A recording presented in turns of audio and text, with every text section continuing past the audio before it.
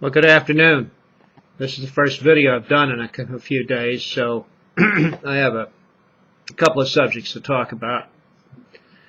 In this video, I'm going to talk about the title of my page here, which is Dedicated Chomskyite, and exactly what that means.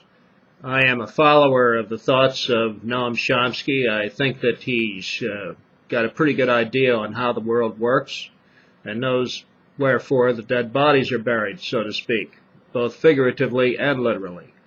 He is one of the people that I listen to the most when I want to clear my head and try to answer the question in my own mind of what I would ask, say, the President of the United States when he would make an assured statement with the confidence of someone that breathes.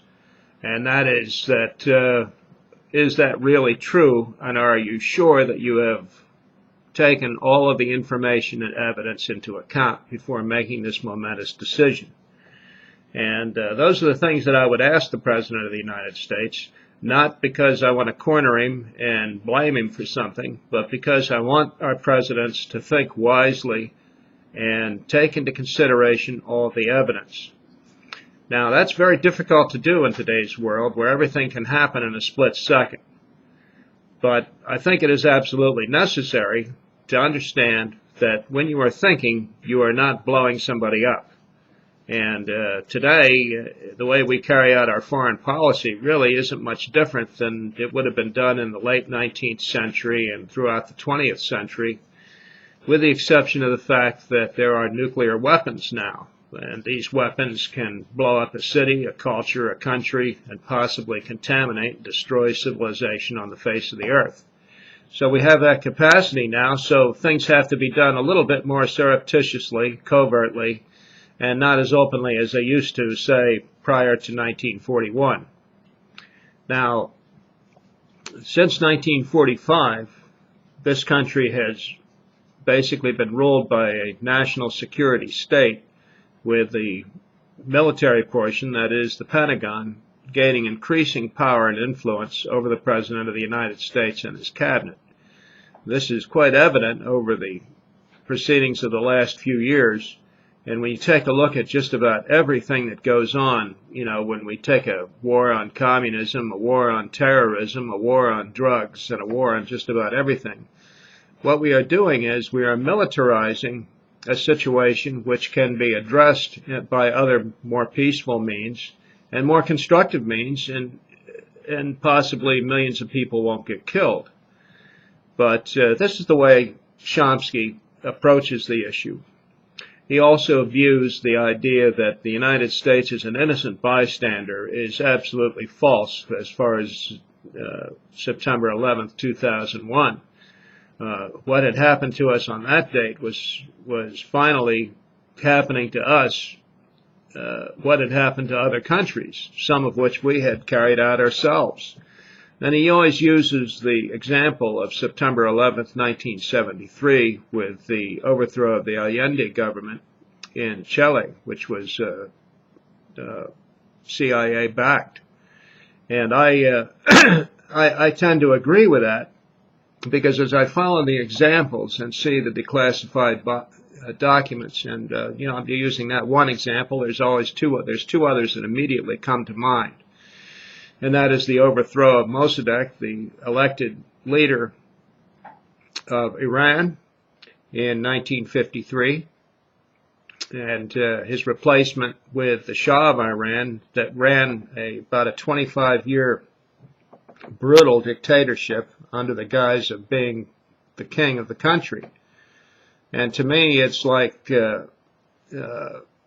if we are for being behind the wave of democracy sweeping through the world, why are we propping up dictatorships such as Pinochet in Chile and the Shah of Iran and so forth, or for that matter, the Emir of Kuwait and King Fahd of Saudi Arabia?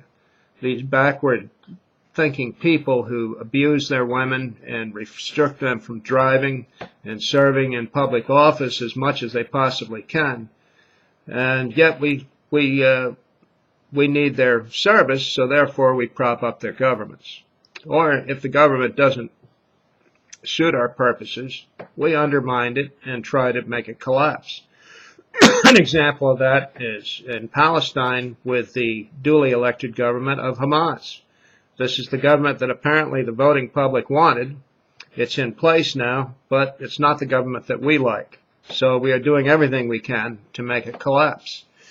Now, it's hard for me to prove all of that. There are no I don't know what documentation you would need to, but if you take a look at it from the point of view of other scholars other than the doctrinal filters that make their pronouncements on the usual mainstream media programs like Meet the Press and things like that, or Morning Joe and whatnot, then I think you'll come up with a different story on this and a different view and begin to understand that, hey, wait, we are wrong on this and we need to change how we operate in the world because this is unsustainable.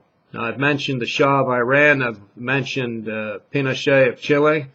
Take a look at Arbenz, President Arbenz of Guatemala. We overthrew that government as well and installed a dictatorship, a bloody one that lasted a long, long time, killed hundreds of thousands of people. Same thing happened in Honduras.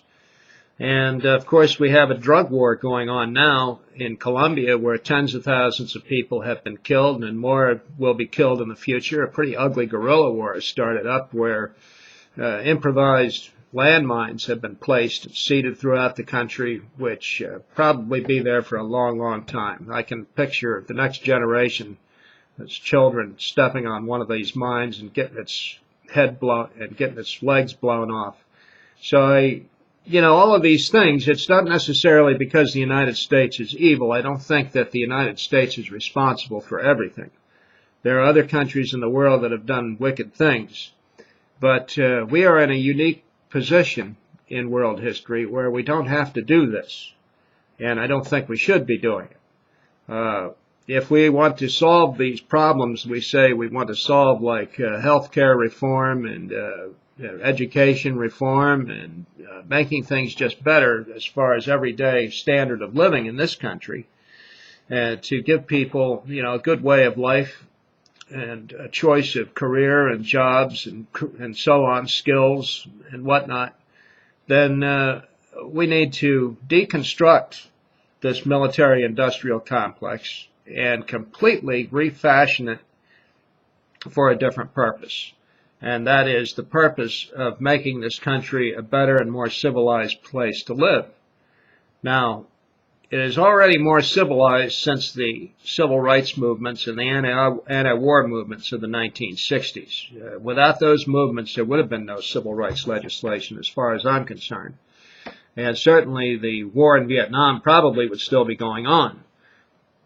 But because of the groundswell of popular resistance, those changes were very drastic changes were made. Now, the Pentagon and the military-industrial complex, congressional complex, I should add congressional into it, learned their lesson and learned how to modify and go around the issue, and have to give them credit for the brilliance of that. Gotta think, gotta ask yourself, are these thinking men or what? Because they are. They should be. They're very well educated. Most of the top commanders are PhDs in something, so they should be able to come up with an idea here and there. But the idea is killing the country. And I don't think it'll be much longer before we'll see the end of this little dream if we don't turn it around. And we can start doing that today by changing the way we view the world, how we get our information, and inform ourselves, internalize that information, and be able to respond spontaneously to the pronouncements of political leaders, holy men, school teachers, and school books.